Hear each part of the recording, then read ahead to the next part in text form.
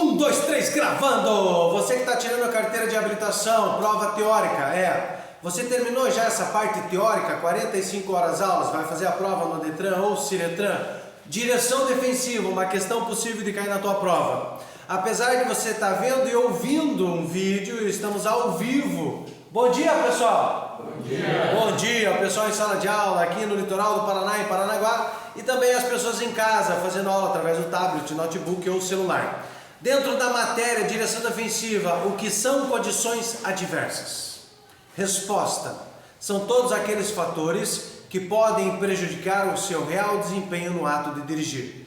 Condições adversas atrapalha, coloca em risco a segurança de todos. Agora, outra questão possível de cair na tua prova: quais são as condições adversas? É um total de 8: luz, tempo, via, trânsito, veículo, carga, condutor e passageiro. Qual é o grupo das condições adversas? Luz, tempo, via, trânsito, veículo, carga, condutor e passageiro. Dentro de cada um deles tem o subgrupo. Outra questão possível de cair na tua prova, você que está vendo esse vídeo, na prova das pessoas que aqui estão, o pessoal que está em casa. Quais são as condições adversas da luz? Ofuscamento e penumbra. O ofuscamento é ocasionado pelo excesso de luz. Lembrando que o ofuscamento ele pode acontecer pelo excesso de luz do sol ou excesso de luz artificial dos faróis dos veículos que vêm em sentido contrário, o farol alto. Então, quais são as condições diversas de luz? Ofuscamento ou penumbra, conhecido também como lusco-fusco. O que seria a penumbra? A penumbra é a falta de luz. Só um minuto, você que está vendo esse vídeo agora, vou mexer no interruptor. Estamos na penumbra. Então a penumbra é conhecida como lusco-fusco. A penumbra normalmente, o lusco-fusco, ele acontece ao amanhecer, a troca da noite pelo dia. Ao amanhecer, ao amanhecer a troca da noite pelo dia, ao anoitecer a troca do dia pela noite. A penumbra também pode acontecer dentro de um túnel. A penumbra, o lusco-fusco pode acontecer de repente, o céu está lindo, maravilhoso, aberto, e começa umas nuvens, vai chover, pode ficar, parece de noite. Penumbra, lusco-fusco, conhecida como pouca luz, falta de luz. Sabendo disso, você que é motorista, você que está tirando a carteira de habilitação e se preparando para a prova teórica, se a penumbra é pouca luz, falta de luz, o que fazer diante da penumbra se você está dirigindo? Reduzir a velocidade, redobrar a atenção e ligar os faróis baixos. É isso que deve ser feito. Agora, como proteger a visão do ofuscamento ocasionado pelo excesso de luz do sol? Utilizando óculos de sol junto com a pala interna de proteção contra o sol, popular parasol. Pessoal, todos vocês sabem o que eu estou falando? Parasol, pala interna, pala protetora. A pala protetora, pessoal, ela só é um equipamento obrigatório para o lado do motorista, não é obrigatório no lado do passageiro. Se você estiver conduzindo um veículo, se você tem um veículo sem a pala interna, a pala protetora, aquele dispositivo que fica assim no teto do carro, alguns proprietários abrem ele para guardar documento. Então a pala protetora é para proteger a visão do ofuscamento ocasionado pelo excesso de luz do sol, junto com óculos de sol. Lembrando que a falta da pala protetora é uma infração grave, com perca de 5 pontos, multa de R$ 195. A falta de qualquer equipamento obrigatório, o mau estado de qualquer equipamento obrigatório, a infração vai ser mesma, grave, com 5 pontos e multa de R$ 195.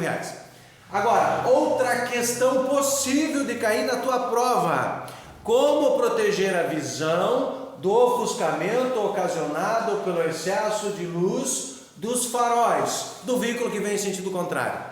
Tá vindo um condutor lá com o farol alto ligado. Se você olhar diretamente para o facho de luz alta, se você olhar diretamente para a luz do sol, pode acontecer um fenômeno que se chama cegueira momentânea.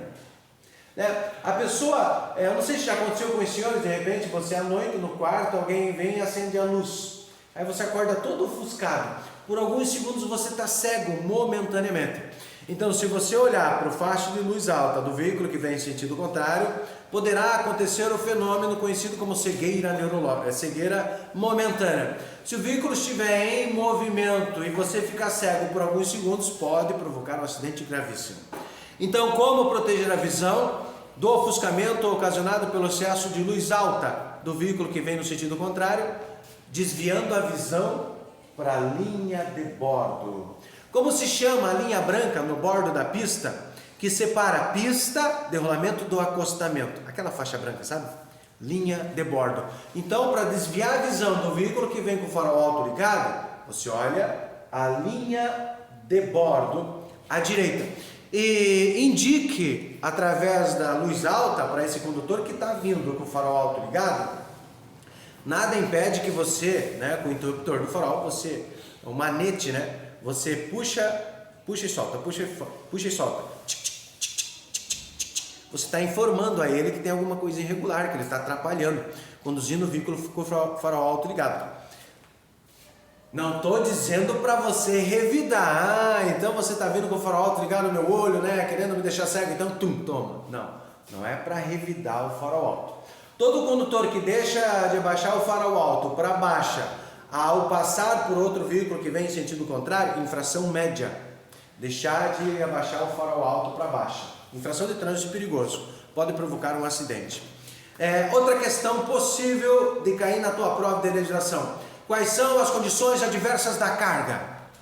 Mal amarrada, mal distribuída, mal condicionada, desconhecimento da carga pelo condutor, mal distribuída no compartimento. Pessoal, o que os senhores acham? O motorista deve conhecer a carga ou não precisa? Precisa. Você que está vendo e ouvindo esse vídeo, o que você acha? Precisa conhecer a carga? Sim, claro que precisa. Se o condutor estiver transportando uma carga que precisa, dependendo da situação, baixa a temperatura, ele tem que conhecer qual é a temperatura. Imagine, transportar peixe, tem que conhecer. Transportar carga viva, o que seria carga viva? Transportar vaca, cavalo, boi, pato, porco. Tem que conhecer a carga que você está transportando. Então, quais são as condições diversas da carga? Mal amarrada, mal distribuída, mal condicionada, desconhecimento da carga pelo condutor. Outra questão possível de cair na tua prova de legislação. Quais são as condições adversas do tempo? Quais são, pessoal, as condições adversas do tempo? Vamos lá, o pessoal que está na sala de aula, vai. Chuva, neblina, vento, cerração, granizo, neve, calor, frio. Isso. Você que está vendo esse vídeo aí e ouvindo. Vento é uma condição adversa do tempo? Claro que é. O vento, pessoal, o que o condutor deve fazer quando está ventando muito forte? Reduzir a velocidade e abrir as janelas a uma distância de 4 dedos. Por que não abrir toda a janela? Se tem um vento forte, vai jogar poeira para dentro do carro, vai jogar papel, plástico, então abrir uma distância a 4 dedos. Ao mesmo tempo que o ar passa pelo veículo, ele ajuda a segurar o veículo. Agora, se tiver um vento lateral muito forte e você continuar em alta velocidade, com os vidros fechados, aquele vento vai tirar o carro da pista. Para que o veículo não seja retirado, reduzir a velocidade e abrir as janelas a uma distância de 4 dedos. Então essas são as condições adversas do tempo. Pessoal, clima, olha só, vou formar uma questão aqui na minha cabeça.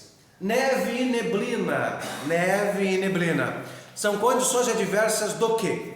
Letra A, clima. Letra B, via. Letra C, veículo. Letra D, tempo. Essa questão já caiu em prova e teve alunos que responderam letra A, clima. Não. Tudo que for atmosférico são condições adversas do tempo. O próprio clima é a condição adversa do tempo. Quem responder clima errou a questão. É tempo. Agora, outra questão. Neve e neblina são condições adversas do quê? Letra A, clima. Letra B, via. Letra C, veículo. Letra D, motorista. Professor, nesse caso aí é clima, né? É clima, né, pessoal? Neve e neblina é condição de motorista? Claro que não. É condição adversa do veículo? Não. É condição adversa da via? Não. É condição adversa do trânsito? Não. Daí sim, neve, neblina, condição adversa do clima. Agora, se na questão tiver tempo e clima, responda tempo para ganhar uma questão. Outra questão possível de cair na prova de legislação: quais são as condições adversas dos passageiros? Passageiro passando mal, excesso de passageiro, passageiro fazendo bagunça. Tem cada passageiro que eu vou te falar, tem uns passageiros bem folgados. Ele quer colocar o banco lá para trás, o encosto lá atrás, e onde que ele leva a perna? Painel. Lá no painel. Eita, não pode, o carro não é para deitar, não é para cantar, não é para comer. Imagine você, né, com alguns amigos e de repente esse teu passageiro exagerou na bebida alcoólica, começa a vomitar dentro do carro. É uma condição adversa do passageiro. Ou então, quem sabe, você passa em todo o processo de habilitação, aí ele quer te ensinar a dirigir. Ô, passageiro chato, né?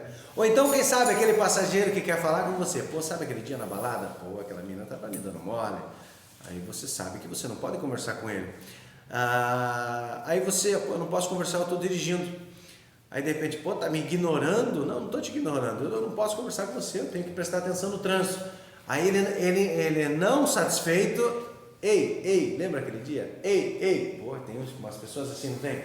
Que para falar com você ele tem que tocar em você, ei. Ou então, quem sabe, você com a mão no volante, de repente ele pega e puxa, pô, ele puxa você e faz você bater o carro. Condições adversas do motorista. Do passageiro. Já caiu em prova de legislação: verdadeiro ou falso? Em viagens longas é preciso ter um adulto acompanhando as crianças no banco de trás. Falso. Não é obrigado. A lei não obriga em uma viagem longa a ter adulto acompanhando as crianças atrás. A direção defensiva recomenda, né? Numa viagem longa, se tiver um adulto ali, legal. Mas imagina, tem 3 crianças, no banco de trás vai 3. Você e tua esposa, você e teu esposo. Vai deixar quem em casa para essa viagem longa? Não tem, né? Então não é obrigatório em viagem longa adultos acompanhando criança no banco de trás. Mas crianças desacompanhadas, sim, pode ser uma condição adversa de passageiro. Outra questão possível de cair na tua prova: quais são as condições adversas da via? Pessoal, condições adversas da via é tudo que tem ou não tem na via. Falta de pavimento, falta de acostamento, má sinalização, placa. Tem placa, mas o galho da árvore tá tampando. Condições diversas da via: pista escorregadia, aclive acentuado, são subidas, aclive acentuado, declive, descidas acentuado. Por que um aclive é a condição adversa da via? Porque a gente não sabe o que tem depois do aclive. É perigoso ultrapassar nos aclives. Quais são as condições adversas outra condição adversa de via? Curva. Por que a curva é uma condição adversa da via? Porque a gente não sabe o que tem depois da curva. Atenção, senhoras e senhores. Morro, mas não vejo tudo. Morro não é condição adversa da via. Não é. Morro é a geografia do local. O morro, ele pode ser feito, né, existir até hoje porque o Papai do Céu criou, né? Tudo ele fez. E também tem morros feitos pelo homem, artificialmente, através de máquina, trator e tudo mais, né? Morro não é a condição adversa da via. Agora, aclive, sim. Aclive, subida. Descida acentuada, sim. Morro não. Se no dia da tua prova, morro é condição adversa da via, verdadeiro ou falso? Se você colocar que é verdadeiro, perdeu uma questão. Morro não é. Morro é a geografia do local. Agora, aclives acentuados, sim. Condição adversa da via. Outra questão possível de cair na tua prova: quais são as condições adversas do motorista? Você pessoa, você condutor, você piloto. Quais são as condições de piloto? Quais são as condições de você, ser humano, que pode contribuir para um acidente? É tudo físico, mental e psicológico. Bêbado, cansado, triste, eufórico, feliz, com fome, drogado, dependendo do remédio que a pessoa ingeriu. Isso, pressa. Aí teve um aluno em outro dia, em outra turma, falou bem assim: professor, chifre é condição adversa do motorista? Com certeza é. Imagina a pessoa descobrir que foi traída ou traído. Vai querer tomar satisfações, vai matar, vai morrer. Com certeza, saber que foi traído, não só ali entre o cônjuge, né? Não só no relacionamento, numa amizade, né? Você, descobrir que teu amigo também te traiu ali numa coisa de vocês e tal. E você ir dirigir é uma condição adversa. Euforia também é condição adversa do condutor.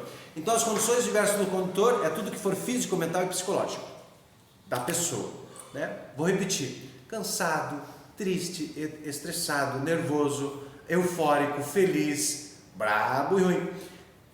Pessoal, raiva não é condição adversa de motorista, tá? O ser humano não tem raiva. Raiva é uma doença que dá em animais. A doença da raiva dá em animais. Você que está vendo esse vídeo, sabia disso? Se você tem o hábito de falar que tem raiva, tá errado. Você pode ficar estressado, nervoso, desequilibrado, brabo e ruim. Mas raiva não. Raiva dá em animais. Condições adversas do condutor. Outra questão possível de cair na tua prova. Quais são as condições adversas do trânsito? Eu fiz uma pesquisa no dicionário. O significado da palavra trânsito é o ato de transitar. Pessoal, segundo o dicionário, trânsito é movimento. Movimento, o ato de transitar. Trânsito não é nada parado, é movimentando, né? Então trânsito é bom. Agora, quais são as condições adversas do trânsito? Qual é a coisa oposta ao trânsito? É quando ele está lento e congestionado. Quais são as condições adversas do trânsito? Lento e congestionado. Normalmente, o trânsito lento e congestionado, pessoal, ele acontece nos horários de pico.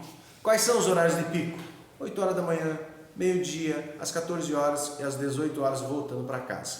A tendência do trânsito é ficar lento e congestionado.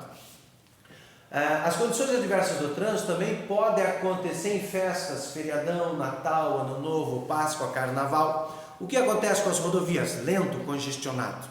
Muitos animais soltos na pista. O que vai acontecer com o trânsito? Lento, congestionado. Então, muitos animais soltos na pista, a condição adversa é do quê? Trânsito. Veículo danificado na via ali. Tem também a condição adversa do veículo, que está danificado, e em consequência disso, o trânsito vai ficar o quê? Lento, engarrafado, congestionado. Diante do trânsito lento, engarrafado, congestionado, o que fazer? Coloca uma boa música, né? Paciência que você vai chegar.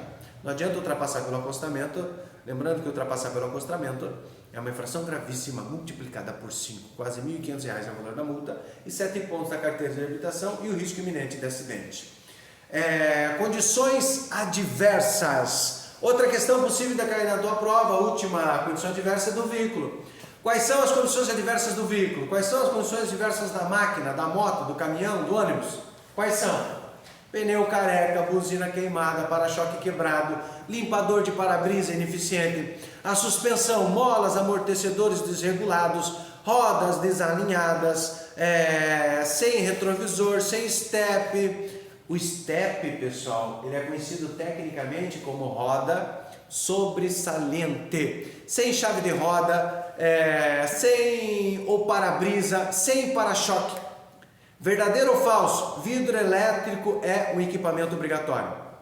Falso. Se de repente você tiver um veículo que ergue o vidro com a maçaneta, não tem problema, não precisa ser elétrico. Verdadeiro ou falso que no vidro de trás precisa o limpador de para-brisa? Falso. Não, mas é obrigado na frente. Verdadeiro ou falso que nos veículos é obrigado ter som? É um equipamento obrigatório? Não, não é um equipamento obrigatório. Verdadeiro ou falso que para o carro é obrigatório o triângulo? Verdadeiro. Verdadeiro ou falso que o triângulo é obrigatório para a moto? Falso, para a moto não. Verdadeiro ou falso que os veículos de passeio é obrigatório ter extintor de incêndio? Falso. Desde 2016 o extintor de incêndio deixou de ser obrigatório para veículos de passeio. O extintor de incêndio ele é um equipamento obrigatório para veículos de grande porte e veículos que transportam produtos perigosos ou passageiros. Veículos profissionais da categoria C, D ou E. Ou um veículo de passeio alienado, uma empresa, por exemplo, distribuidora de bujão de gás, que utiliza o veículo de passeio, Montana, Saveiro, Fiorino, tem que ter extintor de incêndio. Para esse veículo, sim, é um equipamento obrigatório. Mas para o veículo particular de passeio não é obrigatório.